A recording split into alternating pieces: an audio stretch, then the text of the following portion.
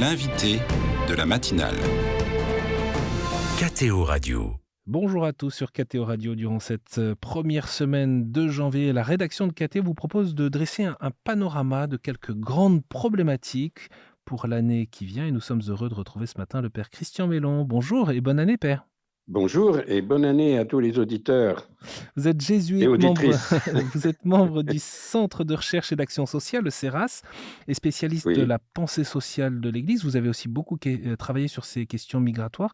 Peut-être pour commencer, je vous propose de nous placer dans un contexte mondial, parce que selon le dernier rapport sur l'état de la migration réalisé en 2022 par les Nations Unies, le nombre de migrants au niveau mondial a augmenté ces 50 dernières années. Il y a 3 fois plus de personnes migrantes qu'en 1970, et avec des augmentations notables et de manière quasi équivalente, à la fois en Asie et en Europe. C'est une manière de rappeler que la migration, c'est un phénomène et un défi mondial. Père Mélon. tout à fait. Mais dès qu'on touche aux chiffres, il faut savoir si on parle en chiffres absolus ou en proportion. L'ONU a raison de dire qu'il y a une augmentation forte, mais elle n'est pas du tout considérable puisque on était autour de 2,9% il y a 30 ans, 2,9% de la population mondiale qui était qualifiée de migrante, c'est-à-dire les personnes qui vivent plus d'un an dans un pays différent de celui de leur naissance. On était à 2,9, on est maintenant à 3,6. Alors évidemment, comme entre-temps la population mondiale a été énormément multipliée, ça fait en chiffres absolus, ça fait beaucoup. Mais enfin, vous voyez, on n'est pas quand même devant un phénomène tout à fait nouveau par son ampleur. Passer de 2,9% à 3,6, c'est significatif, ça pose un certain nombre de problèmes, c'est aucun doute là-dessus. Mais enfin, c'est pas non plus le grand problème de. Il faut jamais oublier d'ailleurs que dans ces chiffres-là, on ne parle que ceux qui franchissent une frontière. Hein, les migrants sont ceux qui vivent dans un pays différent de celui de leur naissance. Mais il y a beaucoup de déplacés à l'intérieur des pays. Donc, ils ne sont pas comptabilisés par l'ONU. Les gens qui changent de région parce que ça devient trop chaud ou inondé ou je ne sais pas quoi. Enfin, notamment tous ceux qui sont victimes, je dirais, du réchauffement climatique ou des différents changements météorologiques ou des catastrophes naturelles. Tout cela, il ne rentre pas dans les statistiques des migrations. Quels sont pour vous les points d'attention ou les perspectives qui sont importantes à noter dans ce phénomène mondial ? Eh bien, je crois que ce qui est important, c'est d'une part de le relativiser, comme je viens essayer de le faire. Il ne s'agit pas de nier l'importance, mais enfin, c'est pas la grande question qui viendrait occulter toutes les autres. Je pense que la question, notamment de l'avenir de la planète, ou plus exactement de l'habitabilité de la planète, est nettement plus importante. Mais en ce qui concerne ces 3,6% de personnes qui vivent durablement dans un pays autre que celui de la naissance, la question, c'est celle de la dignité de leur vie. Est-ce qu'ils sont acceptés, intégrés, ou est-ce qu'ils sont considérés, comme c'est hélas trop souvent le cas, et c'est déploré d'ailleurs souvent par le pape François, ils sont considérés comme moins que rien, ou ayant des droits moindres, ou même une dignité qui n'est pas reconnue. Ça, pour moi, c'est ce qu'il y a de plus préoccupant. Et ça concerne tous les pays du monde, bien sûr. Vous citez le pape François et de fait beaucoup en tête ses paroles fortes, ses gestes, ses visites. Et pour autant, vous ne cessez de rappeler la grande constance du discours de l'Église, alors même que l'accueil de l'étranger marque l'histoire du Christ de sa naissance. Alors, tout à fait, vous avez raison. Et chaque fois que j'ai l'occasion d'écrire ou de parler sur ces questions, je fais exprès de ne pas mettre trop en avant le pape François parce que c'est tellement connu, et encore son merveilleux discours de Marseille récemment, mais beaucoup de gens ignorent que Jean-Paul II, on peut aussi remonter à Jean XXIII et Paul VI, mais que Jean-Paul II a dit des choses très fortes sur l'accueil, notamment de ceux qu'on appelle sans-papiers, les personnes en situation irrégulière, disait-il, et que l'attitude, c'est le fameux discours, c'est le message de 1996 pour la journée du migrant et du réfugié, il recommandait aux chrétiens d'avoir vis-à-vis de ces personnes une attitude d'accueil qui ne soit pas limitée par la loi, mais par la solidarité. Voilà. Qu'as-tu fait de ton frère? Je cite là le pape Jean-Paul II. Qu'as-tu fait de ton frère? La réponse ne doit pas être donnée dans les limites imposées par la loi, mais dans l'optique de la solidarité. Voilà, Voilà, l'enseignement social de l'Église 1987. distingue d'ailleurs les migrations selon si elles sont contraintes ou non, et l'Église défend le droit d'asile. On peut mentionner aussi le catéchisme de l'Église catholique à Ah l'article oui, oui, tout à 2241 fait. qui dit les nations mieux pourvues sont tenues d'accueillir autant que faire se peut l'étranger en quête de sécurité et des ressources vitales qu'il ne peut trouver dans son pays d'origine.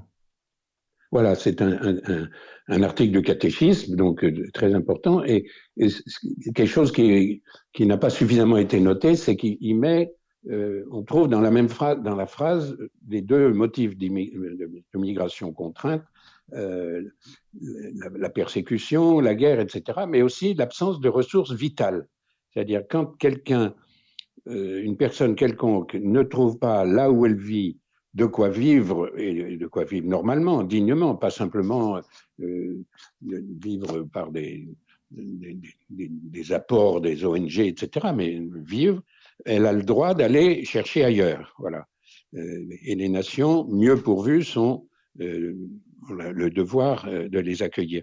C'est très intéressant de voir que l'Église catholique, sur ce point, va beaucoup plus loin que le droit international qui ne reconnaît comme motif légitime de migration contrainte que la persécution, enfin le danger que l'on court soi-même à cause de ses opinions ou de sa religion. Enfin, il y a toute la liste des motifs de la Convention de 1951, la Convention de Genève, mais l'Église catholique, pour elle, quelqu'un qui ne peut pas vivre, qui n'a pas les moyens de vivre dignement là où elle est, a le droit d'aller chercher ailleurs de quoi ces ressources vitales qui sont essentielles. Ouais, et Benoît XVI insiste sur le bien commun aussi, autour de cette question de la migration.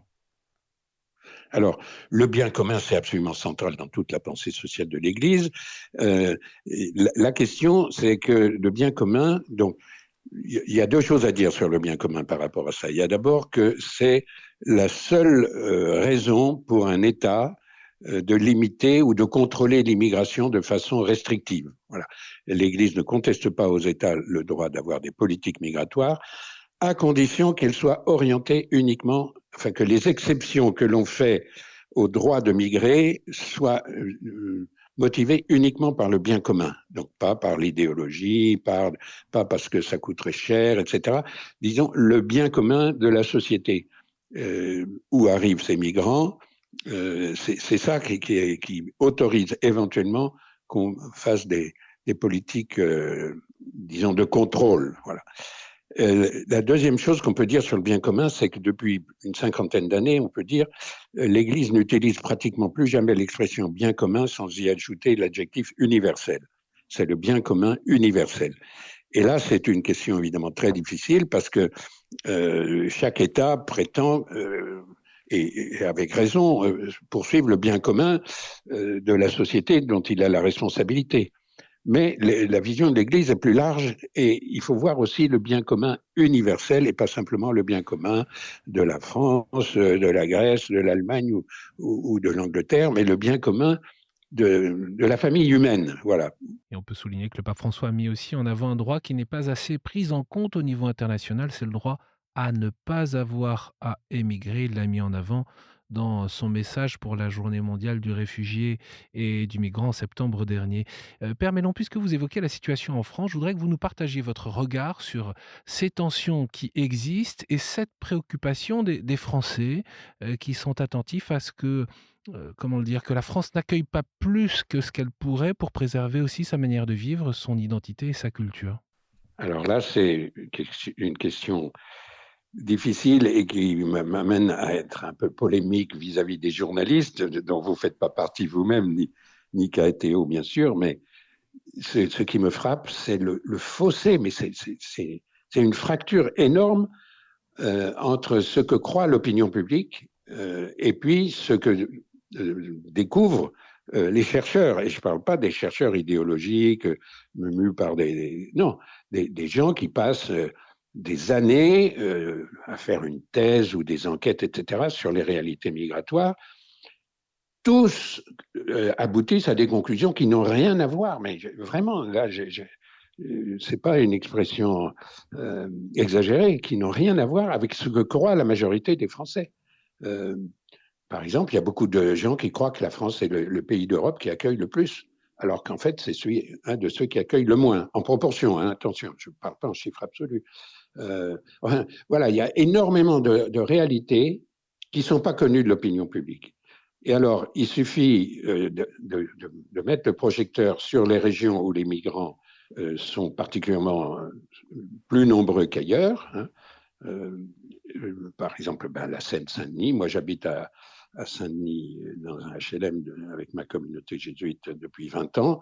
Bon, ça me donne un regard assez différent de ceux qui sont au fond d'une région où parfois on n'a même pas vu de migrants. Et malgré ça, c'est souvent les régions les plus hostiles où s'exprime dans les sondages ou dans les votes une certaine hostilité vis-à-vis de la migration. Donc, avant de recourir à des notions qui, à mon avis, sont floues et pas très exactes comme l'identité, je dirais simplement l'information. Aller contre les fake news concernant la migration qui sont, hélas, très nombreuses et propagées de manière volontaire par les courants anti-migrants qui se sont développés depuis une trentaine d'années, une quarantaine d'années en France. Père Christian Mélon, pour conclure, quelle est selon vous la vocation des chrétiens devant ce défi et puis votre aspiration pour 2024?